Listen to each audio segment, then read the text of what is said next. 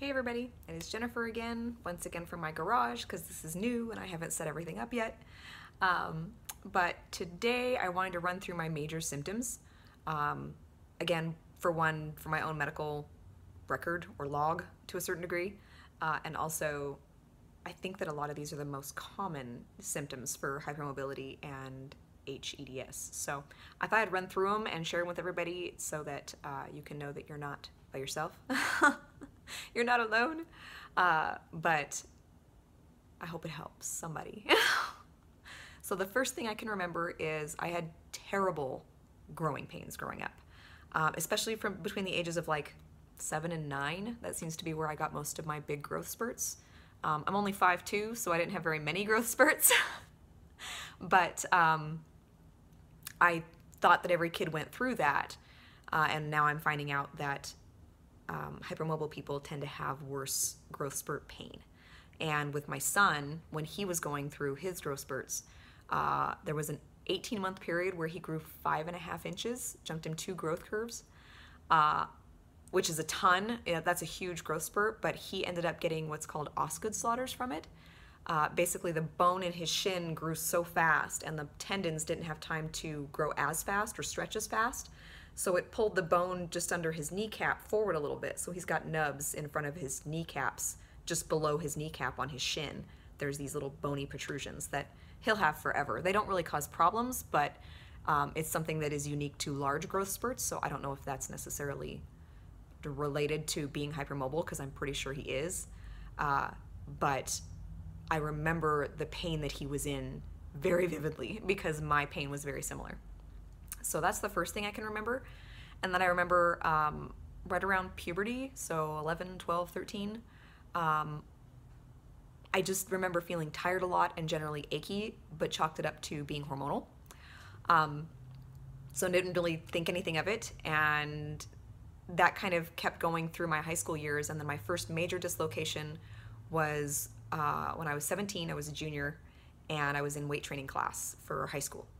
And I was on a leg press machine. I was 98 pounds at the time, and I was leg pressing something like 250.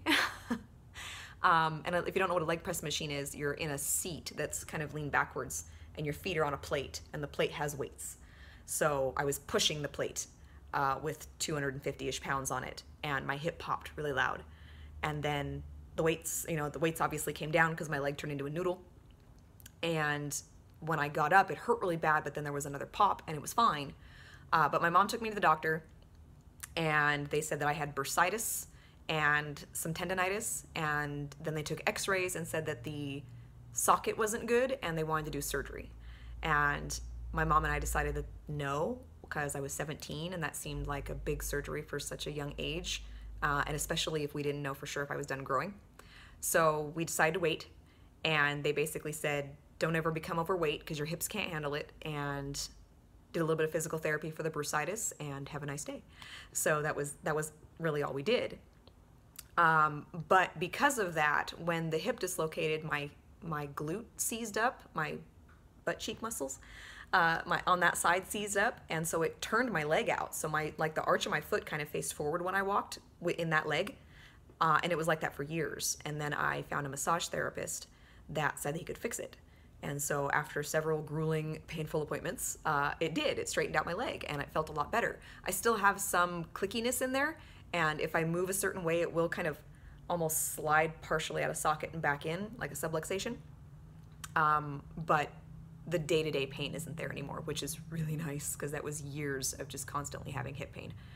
And that's also what got me interested in massage, and I'm a massage therapist now, so that was kind of a blessing. But after that, the next one I can remember is my collarbone popping out of place at the shoulder. And I went to a chiropractor and had that put back. And then other than that, it was kind of just ribs that would come out of place. There was one point where I had 6 ribs out of place at once, and I had broken 2 from the cartilage because they were out in the back and just kind of flexing in there. So that sucked. But again, chiropractor fixed it up. Some tape, some scraping, some massage, and I was okay. Ribs, fingers, toes. I've rolled my ankle so many times that it doesn't even bother to swell up anymore. It just aches for a couple of days. So my ankles are really unstable, my knees are really unstable.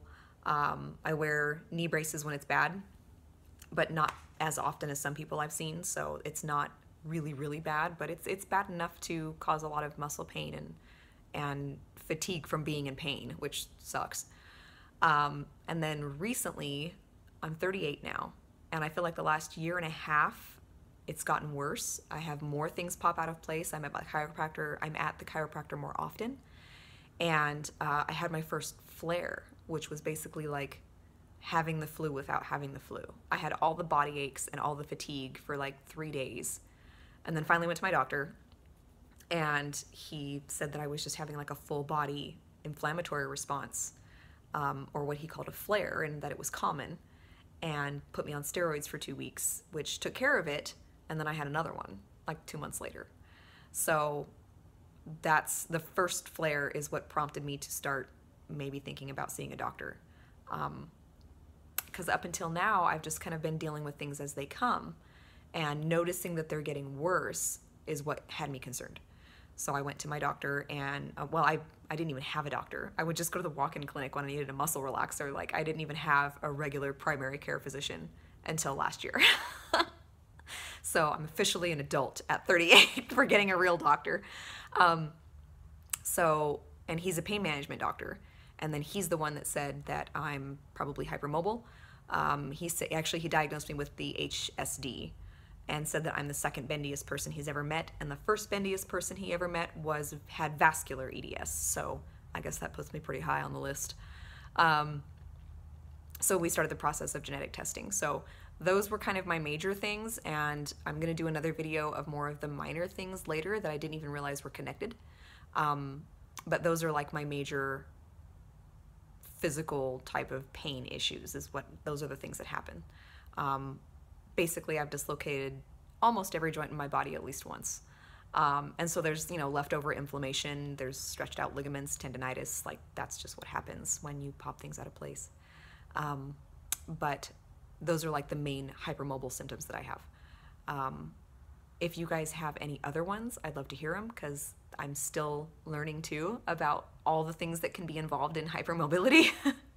So I'd love to hear what you guys have going on, and if something that I mentioned maybe triggered something for you, because it's nice to know that somebody got some use out of these videos. So that's my main symptom story, and I will see you guys next time. Bye.